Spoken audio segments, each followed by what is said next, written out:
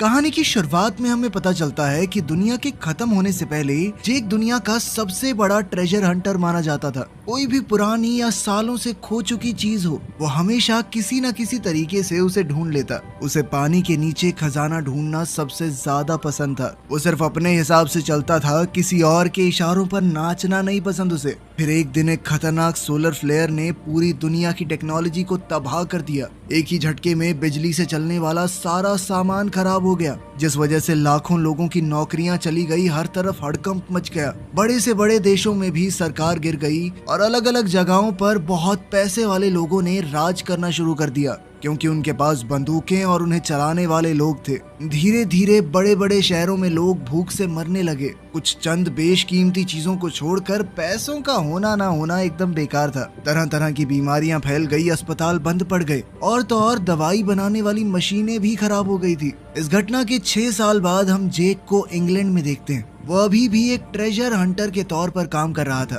वो थोड़ा संभलते हुए एक पुराने से इलाके में गया। थोड़ी देर आसपास देखा, फिर एक होटल में घुस गया और सीढ़ियां चढ़ के पेंट हाउस तक गया। वहाँ एक बड़ा किताबों का शेल्फ था जिसे उसने ध्यान से देखा और उसके पीछे एक छुपा हुआ कमरा मिला। जेक ने तुरंत छोटे छोटे बम लगाए और स्टील का दरवाजा उड़ा दिया। उसने अपनी बैटरी जोड़ी ताकि लाइट मिल सके। वहाँ एक तिजोरी है जिसमें कीपैड और पासवर्ड चाहिए। जेक ने चाबी पर लगे उंगलियों के निशान देखे और अपनी एक कॉपी में सारे अक्षरों को लिखकर सही पासवर्ड का अंदाजा लगा लिया। तिजोरी खोलने पर उसे पुराने म्यूजिक रिकॉर्ड्स मिले। उसने वही रिकॉर्ड बजाया जिसका नाम पासवर्ड था। जैसे ही म्यूजिक बजने लगा, एक दूसरी छुपी हुई तिजोरी खुल गई, जिसके बाद जेक ने उसमें से एक महंगा वायलिन निकाला। तभी पुलिस की यूनिफॉर्म पहने हुए कुछ गुंडे अंदर घुस आए और जेक से वायलिन मांगने लगे। जेक ने मना कर दिया और धमकी दी कि एक कदम आगे बढ़ाया ना, तुम में से एक जिंदा नहीं जाएगा यहाँ से। पर गुंडे ने फिर भी उसके ऊपर हमला कर दिया। जेक ने तुरंत फायरिंग कर दी। वो एक एक करके सबको मारने लगा।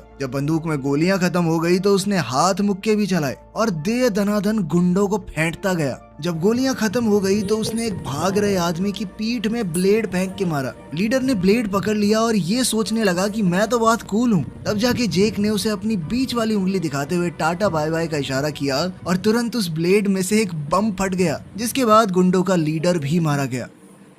कुछ देर बाद जेक एक बड़ी सी हवेली में गया जो अब एक फैक्ट्री बन चुकी है और वहाँ बहुत सारे गार्ड्स भी हैं। उसने वो वायलिन एक वॉरलॉर्ड के असिस्टेंट को दिया। उसने कहा कि राजा ऑगस्ट तुम्हें एक और काम देना चाहते हैं। जेक को बड़ा अजीब लगा कि ये वॉरलॉर्ड अपने आप को राजा बुलवा रहा है।